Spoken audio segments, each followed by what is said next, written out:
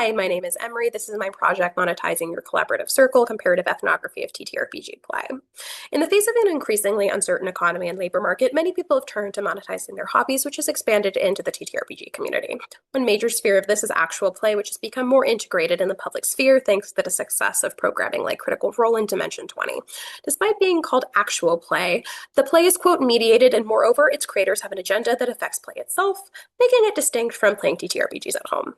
While both are collaborative performance and story practices, an audience's presence who listens live or after the fact explicitly affects play and turns it into a public-facing enterprise. Many TTRPG groups also become collaborative circles, which sociologist Michael P. Farrell defines as a social group that, quote, usually begins as a casual association among acquaintances that for a variety of reasons, the members escalate their commitments to one another and deepen their interdependence until the circle becomes the center of their creative lives. In TTRPG groups, many members are creatively dependent on one another and make time and emotional commitments in service of shared world-making and transformative play. This often generates, quotes, two levels of fantasy culture, both within the world of the game and the, quote, private friendship cultures of individuals that develop outside of it, due in part to shared rituals like sharing meals together, talking about the campaign, and more.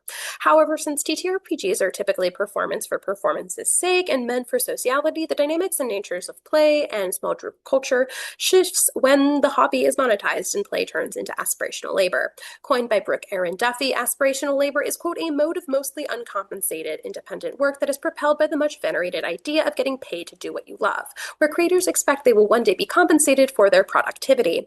When play becomes monetized, that why of play changes, as performance has to be cultivated for an audience, and new requirements of unpaid labor to generate a product to be branded, marketed, and sold creates tensions. Via ethnographic writing and sociology of culture-based theorizations, this project analyzes the effects that come up within a collaborative circle, monetizing their hobby and creating both horizontality and verticality in the same group, thereby altering the small group culture they're in. The primary participant observation research was conducted over a course of 15 months in a Chicago area collaborative circle and split into two subgroups, a home game and an actual play group. There are a number of axes to kind of analyze this along. I'm looking at horizontality and verticality, community versus content, and connection versus collapse. This home game formed via our local game store's Discord and Friends of the DM and was composed of 7 core members who participated in a weekly homebrew game of D&D as an outlet for socializing and storytelling. We met on Thursdays at a group member's home from 6 to 10:30 p.m. and finished 2 full campaigns from February 2023 to May of 2024 when the group separated. The actual play group was active from May 2023 to April 2024 and was composed of 5 members, 3 of whom regularly attended the home game. We typically met weekly to record episodes on Tuesdays or Sundays from 10 a.m. to 3 p.m. at a Chicago TTRPG space and released episodes on YouTube on a bi-weekly basis in hopes of breaking into the actual play space. Due to that cross-pollination, circle members coexisted in horizontal and vertical relationships with one another depending on the setting and produced 2 models of interaction, kinship and corporate. The home game demonstrated the former, where the collaborative circle, according to Farrell, quote, becomes a surrogate family as members consciously or unconsciously see one another as family, both inside or outside the game. As the game was played at the oldest group member's home, him and his wife became parental figures for the group's majority of young 20-somethings, providing them a good home-cooked meal and an emotionally nourishing place to go every week. Given many group members strained familial relationships, this place became a home away from home for many, and because that player wasn't also the DM, there wasn't this kind of concentrated familial hierarchy present, and it was more of like this group kinship model.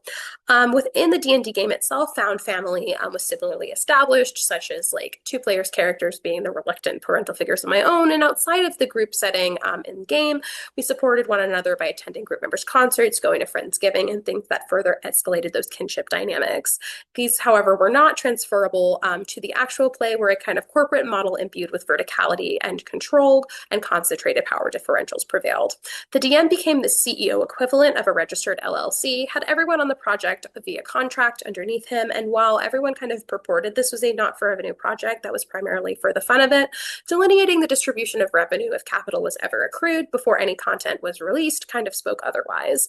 Similarly, as the goal was to shoot weekly and release bi-weekly, there was intense deadlines in place constantly for output, and disruptions of workflow generated distress and heavy oversight within the pyramid.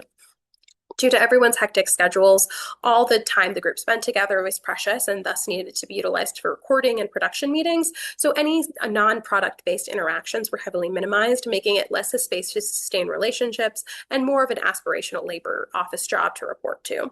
Due to the due to group overlap, things became really messy when the authority kind of infiltrated a separate space meant for pleasure and not for business, such as like pressuring people for deliverables being brought up at dinner. The competing goals for Plays Y generated friction that would come out in roleplay via passive aggression, silences, and other things that really disrupted the order of play. All of the players present were amateur performers, creating shared storytelling experiences with one another through the mediation of tabletop gameplay. The home game participants were passionate amateurs, or, quote, those who work together for the production of value for one another, for love that is rather than money, and are doing this performance for performance's sake. Because play is intended for a first-person internal audience as opposed to that external one, if someone's accent wavers or a ton of time is spent on a random tangent, it's a non-issue because being in community is kind of the goal. While the actual play was also interested in community, that community was kind of expanded to hypothetically include people beyond the collaborative circle's members as public-facing content. Notions then of what is marketable material and can be clipped into content proliferated all of the group's digital and in-person interactions with one another. For example, when a group trip to the local Renaissance fair was suggested as a means to bond, the immediate response was that it would provide ample opportunities to write off as a business expense for filming. Similarly, after filming, when players expressed candid reactions to what happened in session, suggestions would often be made to save it for the talkback, so Patreon subscribers could listen in. Because, quote, authentic self-expression is widely celebrated as part of the currency of realness online, moments of authenticity were framed as potential content to sell, and anything and everything became fair game. Similarly, as actual play content is constructed for both internal and external audiences, that specter of an audience kind of haunts production of gameplay. Instead of playing for 4 hours straight, session lengths were limited to an hour and a half to cater to these imagined audiences' digital age attention spans instead of what felt best for the narrative or for the group. Play was also affected by audience address moments, heavy meta-plotting, costuming, and heightened senses of self-censorship, and more that might otherwise be absent from unmediated play. While authenticity, profound role play, and interpersonal relationships were in play in both cases, that aspirational labor nature of actual play altered what was organically occurring through neoliberal attempts at kind of capture and commodification. In collaborative circles, Farrell also poses that groups undergo 7 stages in their lifespan, and both of these groups kind of reach the 6th separation stage where conflicts, quote, polarize the group begins to disintegrate, and in part because of the strain of collective action and individuation. While the home game faced issues with scheduling at times, because it was primarily a social endeavor, accommodations were made when circumstances changed, such as offering hybrid Discord play or establishing best practices to reintegrate players absent for a period because staying in community was the goal. This wasn't the case with actual play, where the social, cultural, and fiscal capital motives kind of made this heightened expectation to be constantly available and prioritizing the practice, and unequal notions of belief or investment became problematic. This kind of turned into a number of moments of expressed frustration, oversight, passive-aggressive disappointment over text or in person, when people's interests outside of the project or their actual jobs conflicted with their aspirational labor job and eventually contributed to the group's collapse.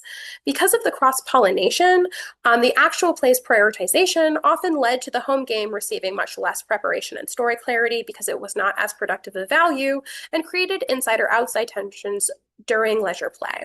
The home game dissolved in part due to overcommitments and interpersonal tensions, some related to the actual play, and as shifts in employment as people went their separate ways. The actual play did similarly, compounded by a lack of viewership, to demanding production schedules, and the heaviest lifters of post-production work stepping off of the project, and the remaining members not taking up the mantle.